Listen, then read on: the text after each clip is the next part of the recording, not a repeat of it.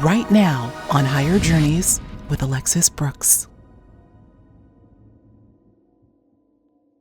Let's talk about consciousness. Let's talk about the C word, because that's where we left off. The C word that makes all the physicists uncomfortable? Yeah. Oh, yeah. Okay. So here we go. Here's my first question. Are they starting to relent on this denial a little bit since we last talked? Yeah. I mean, it's been ongoing for the last 5-6 years. I mean, when I first started presenting in physics, if you said the C word in a physics conference, I know that's what you were saying. That would be the end of everything. You would be booted out. But now it's actually the cool thing to do. So in the last few years, it's been, you know, mentioned by many well-known physicists. People are working on it, trying to understand, you know, where in physics would consciousness kind of come in, because it's got to come in somewhere. Absolutely. Right? Yeah. Because we're made out of atoms, and the atoms make up our cells, and then all of a sudden the cells become self-aware. So like, how is that happening?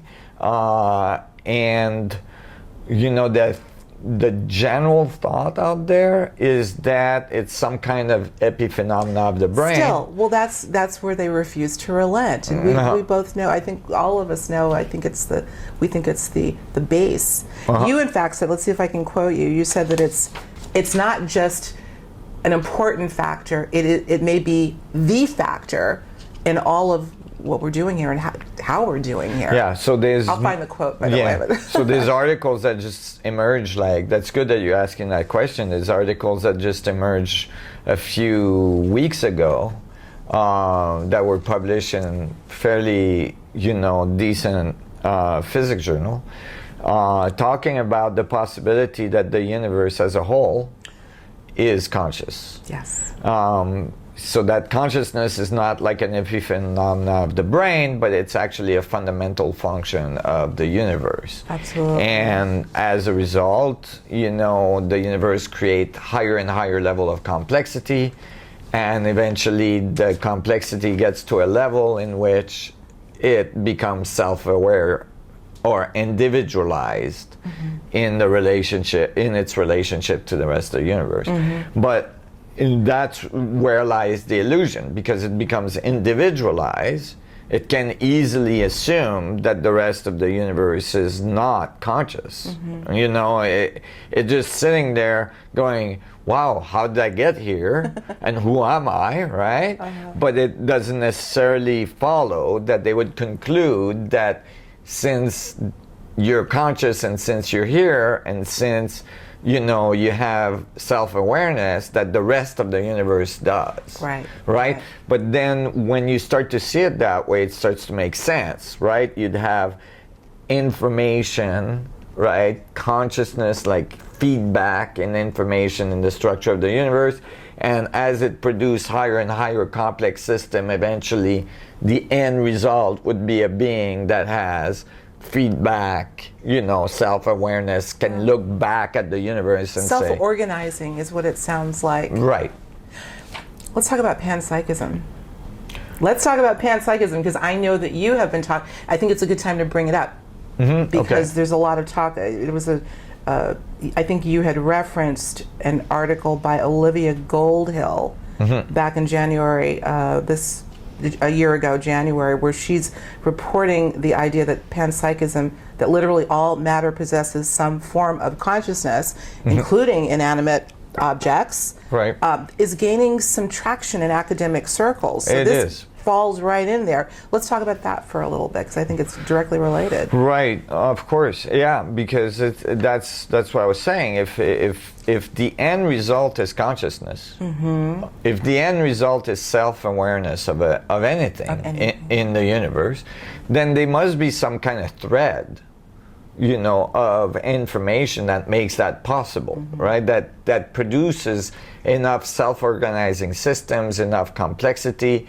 enough information flow, right? So it would be like saying that, you know, a computer does not require its main chips to run, right? Meaning, like, or that it doesn't require power to run, right? So it needs power, right? So if the power is coming from the universe, meaning, like, how does a system that's supposed to be random, that's supposed to go towards disorder, right? That's supposed to have entropy, right? All of a sudden creates what could be easily described as neg entropy, right? Things are getting higher and higher in coherency, right? Like 100 trillion cells, you know, each made out of 100 trillion atoms, right? That's 100 trillion by 100 trillion things that are self-organizing in a system that has, you know, I think it's like 1,000 billion chemical change every second, right? 1 million cell division a second, and they all do the right thing at all moments, right? For like a whole lifetime. It does, if it gets confused at any time, right? If it gets decoherent at any time, then you'd fall apart. Like, you'd have a really bad day. But instead, what's happening? Instead, what's happening? Instead, it's continuously creating the right thing. Like, in biological theory, we don't know why cells differentiate. We don't know, like, as the embryo is developing, we don't know why, like, all of a sudden it starts making a heart, a brain, a liver, you know, it knows what to do. So where is it getting that information? Where is it? Well, consciousness. Right. So there's a thread of information clearly, but it doesn't only do it in the embryo. It does it every second of the day. It continues to divide, and your toe cells continue to make toe cells, and your heart cells continue to make heart cells, and your brain cells continue to make brain cells. And if they got confused about what they're supposed to do, like I said, you'd have a really bad day really quick. Yeah. Right? Agreed. There's something valid. I'm sorry, continue. I have so many questions swimming in my head. No, I'm just saying. So there's there's really two things. Is consciousness a fundamental principle of creation? Like, meaning it's in creation, it's in reality everywhere. Right. And the second question is the universe really random? Right? Meaning, like, is it how the systems start to self-organize? And you can answer both of these questions. This is where, you know, I wrote papers on biophysics to describe this. You can answer both of these questions if you have information feedback in the structure. And, you know, you sit in nature everywhere.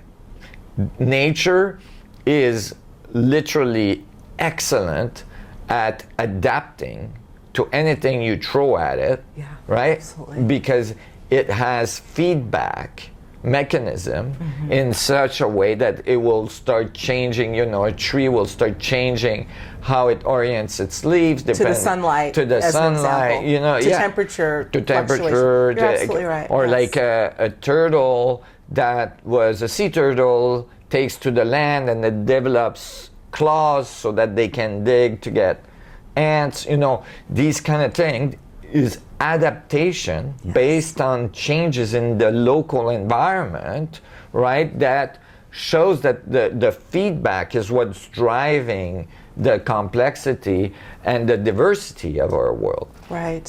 So feedback is fundamental. So maybe feedback is not just happening at the biological level, it's happening at the atomic level.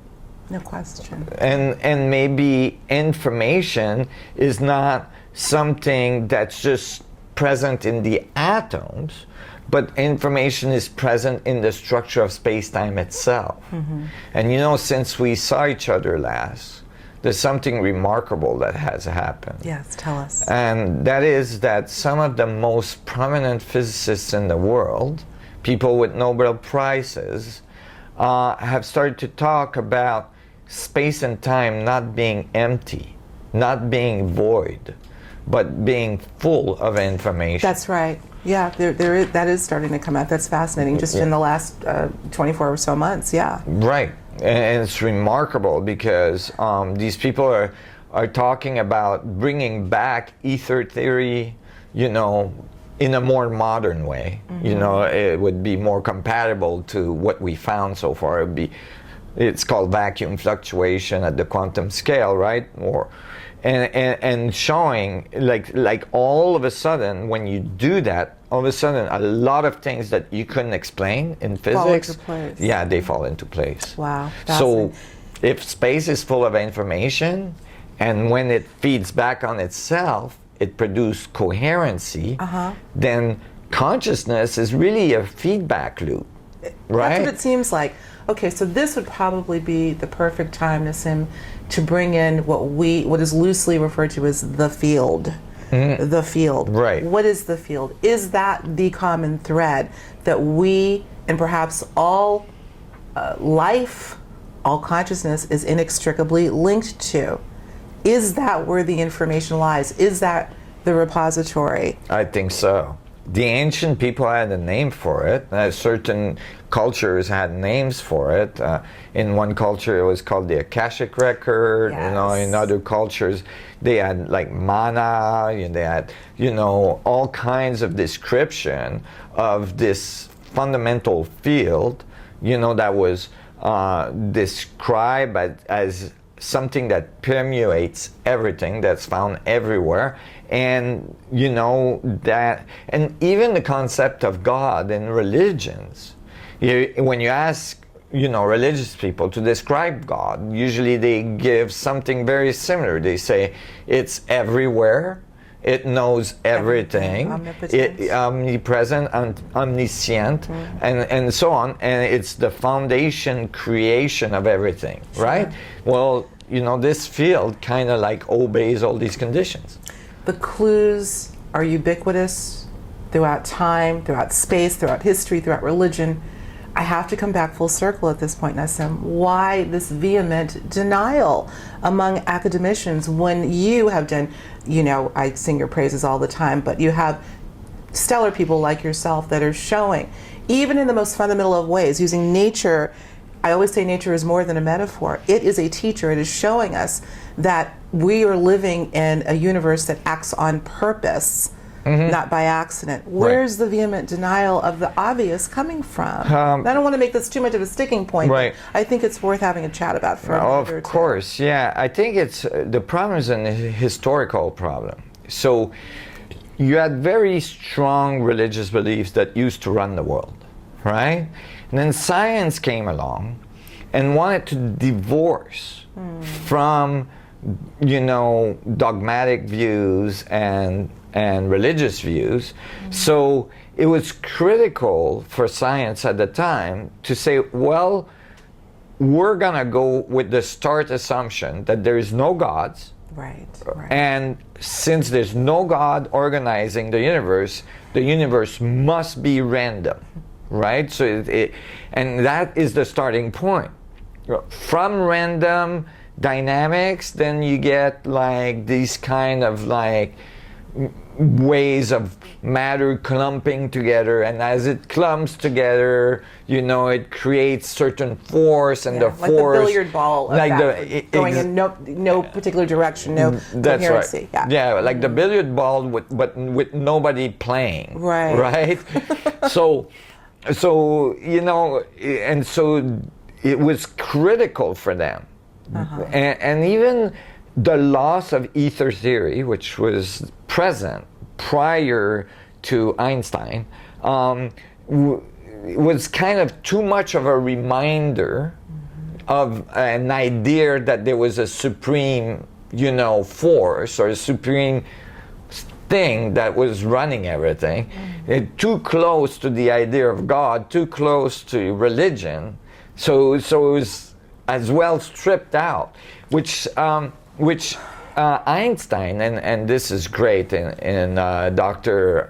Frank Wilczek lecture, Nobel Prize winner in physics, called the materiality of the vacuum. He points out that, and correctly so, and it's an historic point that many, not only, you know, laymen, but physicists miss. He points out that that Einstein changed his mind You know, he first went with, okay, we'll get rid of the ether because we have space-time. But then he reversed that later on in his life and clearly said that relativity is invalid without an ether, without an energy in the vacuum.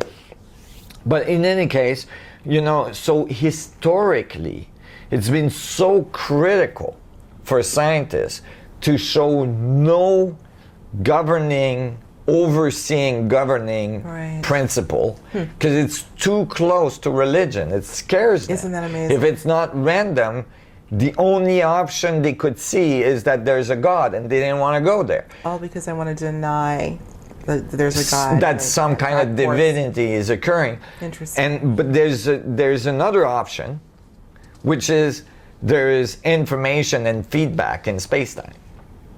You see? And that third option, right, kind of gets rid of the two misunderstanding. One, it's random. The other one, God, you know, is running the show. And it says, well, yeah, there's something running the show, but it's the fundamental dynamics of information in the universe, meaning that all things talking to each other, everything is singing together, and the symphony is the universe, and you can definitely equate that to a concept of God. It's not in a religious sense. So what if we just change the name to Source? Right. That's just Takes care annihilate the of it. problem. Maybe it's just wordplay. As long as you can say okay, and you can write an equation saying source equals da da da da da, and it comes out right. Yeah. And it does. Yeah. Right. Does. Yeah. So you can call it the vacuum fluctuations. You can call it source. You can call it, you know, information, fundamental field. We won't stay on this too long. I think we all know full well that this is really more about an ego play historically, and so let's hope that they will eventually relent. But it is worth Comes from bringing fear. it up. There you go. Yep. Yeah. So now we move into the field of psychology, because that's also very interesting. We'll leave that for now. If you enjoyed this episode, be sure to watch What's Next, plus more to explore. And don't forget to subscribe to Higher Journeys.